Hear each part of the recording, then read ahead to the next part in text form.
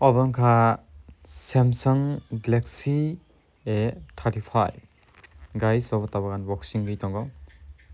je obo chini yang khoyo na harmani manai khoroksa gai bo tabok unboxing khlai tongo bini baboni bagui inga phaidi sung naine layano o video no bo tabok bono chiri tongo inga grade inga boni B grade inga price busuk nanganga kai 11,290 টাকা price বানো সিউডি plus তে 0.5% রহরকা 965 টাকা গাঙ্গাঙ্কাই আবনি ইয়াগুলো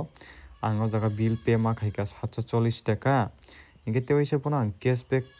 রেখা আনি super coin 300 আবা high 63 টাকা রকর খানা Inca আবা high কেন ব বিনি সিউডি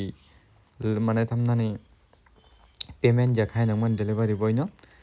10,358 টাকা bo runa nago inka jaga no bill tongmo inke bo to bill to nai dia inke bo jaga kachara rok no norkha inke bani yagla inke bo tabok mobile no nahaka inke bo tabok mobile no khulna bagi chai to goi tongo je obo package kaham ke rohor borok Flipkart ni package rok asuk kaham ya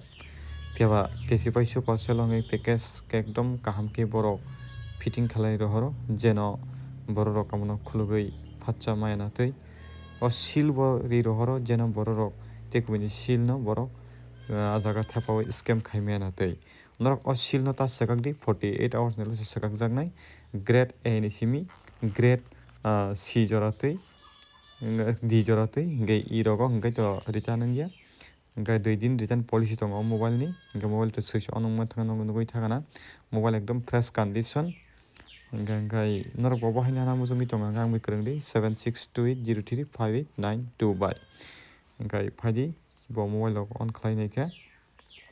ngai tabuk ngai bo teisa ano video roho fika ngai bo ta company mobile log no bo phone gui tongo ngai norok bo obo hai fresh condition hana mujungi tong khang mi krengdi ngai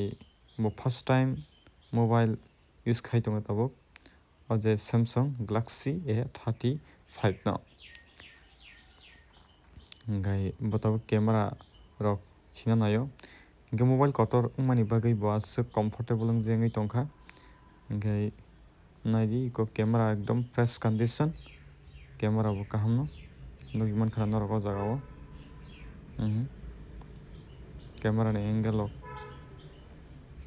obo hai ngai tabuk ngai CBD plus 0.5% payment norok abo saiman kana mane no kaisa mobile no nang na ha thaka hangka motamoti nang ano payment ma khainai ati 1200 900 aba hai mane mobile ni price buji uido hingka bani bagai ang norok no jot details rohonai nang a mobile na ha busuk nini phainai asuk no jotno hambai bai।